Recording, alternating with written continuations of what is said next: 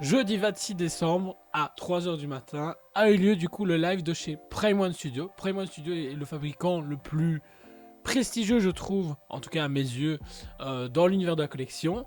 Et à 3 h du matin, heure en tout cas locale, on a pu justement accéder à leur future précommande, à un nouvelle statue qu'ils vont nous proposer durant l'année. En tout cas, très court parce que du coup, ils ont prévu pour Q1 2026 pour les précommandes, certaines Q2, mais très rares.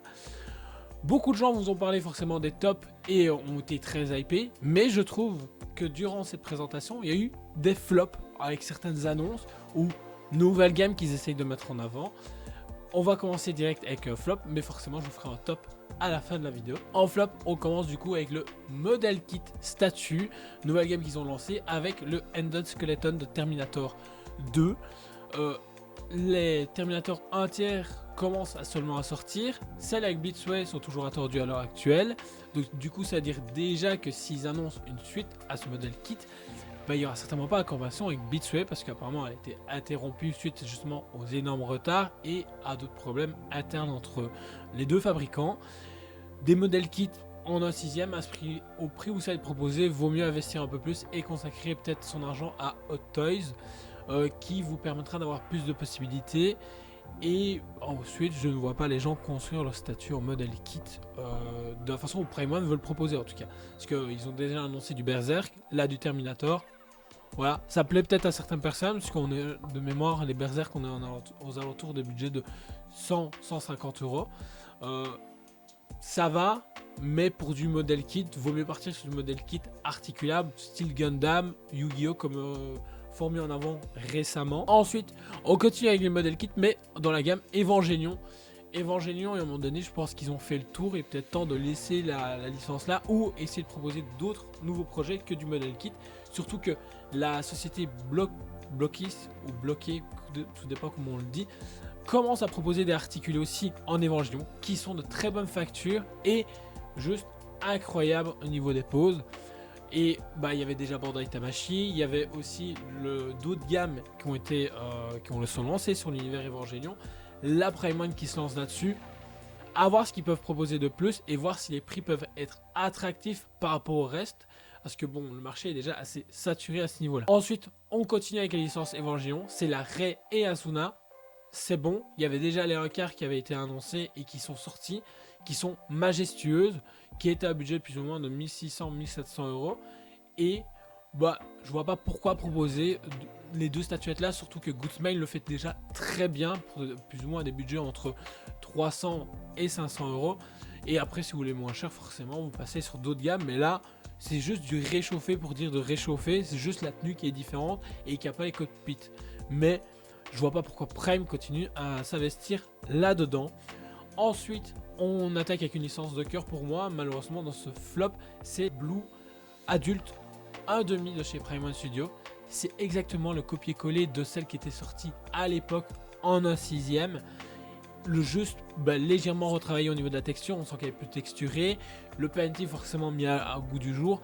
J'ai l'impression que l'œil est en vert, à voir si ça se confirme ou pas sur le final.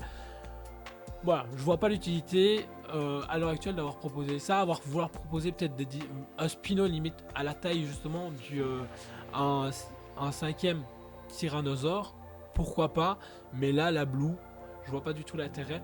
Limite il y avait plus de possibilités à faire sur la licence, surtout qu'il y a énormément de choses qui étaient attendues. Mais bon, on en revient juste après justement des choses attendues chez Prime One en Jurassic Park. Et ensuite le plus gros flop pour ma part, c'est justement sur la licence Attaque des Titans, sur la dernière partie justement où on voit Eren en version finale avec justement tous les titans en dessous. C'est moche, je sais pas qui va acheter ça, et limite ce qu'ils auraient dû proposer justement c'est des statuettes 1/6 à l'unité avec les personnages. Ils avaient proposé un gros bloc au final avec Eren, Mikasa et Erwin. Là logiquement il y a Titan Bestial qui est en train de sortir avec justement Levi qui sont magnifiques, juste les budgets qu'il faut les financer parce que 3000 balles à chaque fois ça reste une grosse douille, on va pas se mentir. Et là proposer Diorama qui est juste moche, voilà. Et puis un peu tard, surtout qu'on sait qu'en animation, si vous présentez sur la plupart des animations en tout cas actuelles, si vous proposez pas au même moment où l'animé est en diffusion, plupart du temps ça flop. Et l'Attaque des Titans malheureusement fait partie de ces licences qui ont tendance à mal vieillir et justement les gens s'y intéressent beaucoup moins. On le voit que depuis la saison 3 c'est vraiment au déclin au niveau des produits dérivés. C'est même hallucinant. Donc pour mon flop, vous l'avez, c'est fait. En termes de top, franchement, ils nous ont quand même régalé sur quelques licences. On va commencer du coup avec Black Rock Shooter. Franchement, magnifique. Je m'attendais vraiment pas qu'ils fassent justement une statuette à l'effigie de cette licence. Et là, juste insane. Alors oui, effectivement, on peut se dire qu'il y a d'autres propositions ailleurs, mais aussi gros format et en tant que one shot, ça va être parfait. Il faudra juste voir le budget qui va être demandé après par Prime One Studio, mais franchement, insane. C'est la He-Man justement de chez Prime One Studio en entière. Incroyable. Une licence vintage qui redevient beaucoup sur le devant de la scène grâce à Netflix avec Révélation. Et là, franchement, ils ont proposé une dinguerie pour les fans de la licence. Maintenant, très actuel, avec justement ce côté très réaliste. Donc, ils n'ont pas opté pour le côté animation. Il y a un film justement qui est prévu en live action. Donc, du coup, j'aurais pensé qu'ils avaient peut-être signé pour le live action et qu'ils nous auraient proposé une version entière du personnage. Et là, non, c'est une version purement réaliste mais inspiré du dessin animé justement des années 80. Or, oui, franchement, c'est une très belle proposition et il n'y a que pour faire ce type de statut là. Franchement, oui. Ensuite, on continue forcément avec Avatar chez eux. Ils avaient déjà annoncé 2 dioramas pour Avatar 2.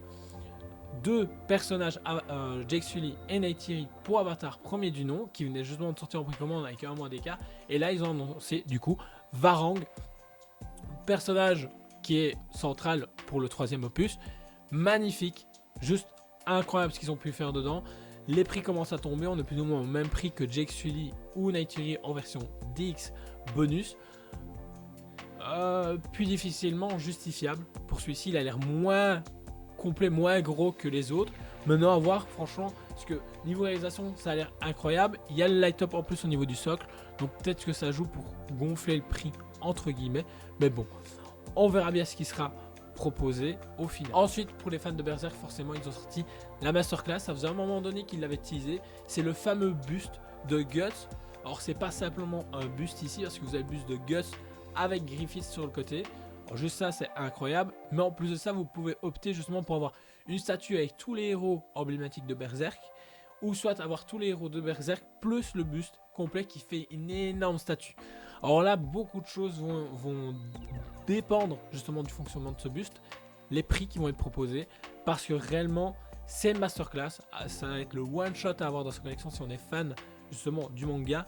On sent qu'encore une fois, Prime One a évolué, parce que quand je vois toutes les Berserk qui sont sortis, à chaque fois, il y a un cran au-dessus. Et là, ils ont réussi à nous proposer encore un Guts au-dessus de tout ce qu'ils ont pu nous proposer. Et je pensais pas que c'était faisable. Ils l'ont fait. Et vraiment hâte de la voir en vrai pour celle-ci. On termine avec mon énorme coup de cœur, une statue que j'attends depuis 6 ans et demi chez eux. Ça fait 6 ans et demi, j'espère justement qu'elle sorte et qu'elle soit annoncée, teasée, tout ce qui va. Et bien ça, enfin fait. C'est le Brachiosaur en version 1/15e de chez Prime One Studio. Juste fantastique, avec John Hammond qui est juste en devant, qui sera certainement un bonus version pour les précommandes. Et waouh, j'ai vraiment hâte de découvrir le prix. J'espère qu'on sera agréablement surpris, parce que ça reste que du feuillage et une longue tige avec une tête, on va pas se mentir. Mais franchement, ils l'ont enfin fait. Ça permet justement de compléter encore une fois la gamme Jurassic Park premier du nom.